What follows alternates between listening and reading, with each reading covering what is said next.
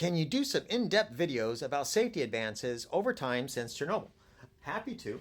Uh, that was like 50 years ago, the reactors that we're using today that were designed back then. The biggest ones are in the actual materials used and in the design of the reactor.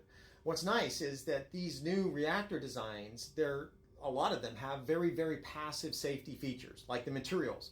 If you turn off the coolant, you don't get a phase change of the fuel or anything in the reactor. It just gets really, really hot. And the phase change, that's what happened with Fukushima and 3 Mile Island. The fuel melted.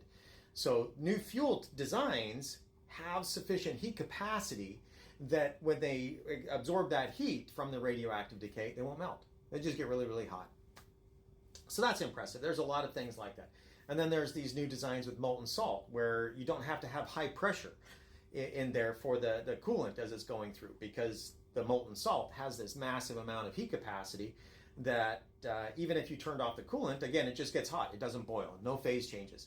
And when you look at the different designs that we had back in the 60s that we built in the 70s, basically our current fleet, the modern designs are just so much better. And it's not just because we have digital. Like, digital is great, obviously. Digital is really important. But then there's a lot of other things, like the digital twins that you can use, and other technology in terms of the detection and non-proliferation and general safety. As an example, when you do a nuclear reactor design, you basically have to assume the worst that could possibly happen. So you have to assume it's a meltdown.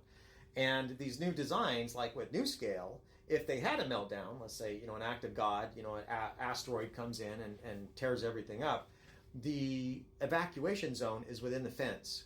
So the modern fleet that we have now, designed in the 60s and built in the 70s, the evacuation zone, it can go out, 10 miles or so.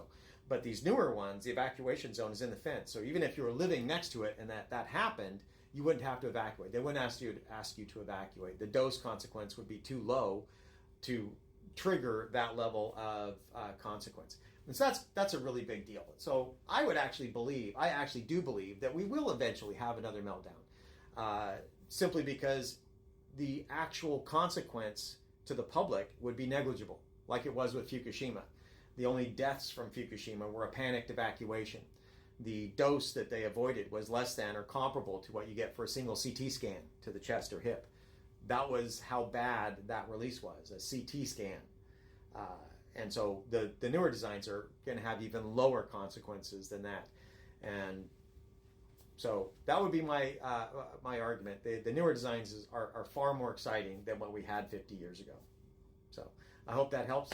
Everybody enjoyed the video. Y'all have a great day.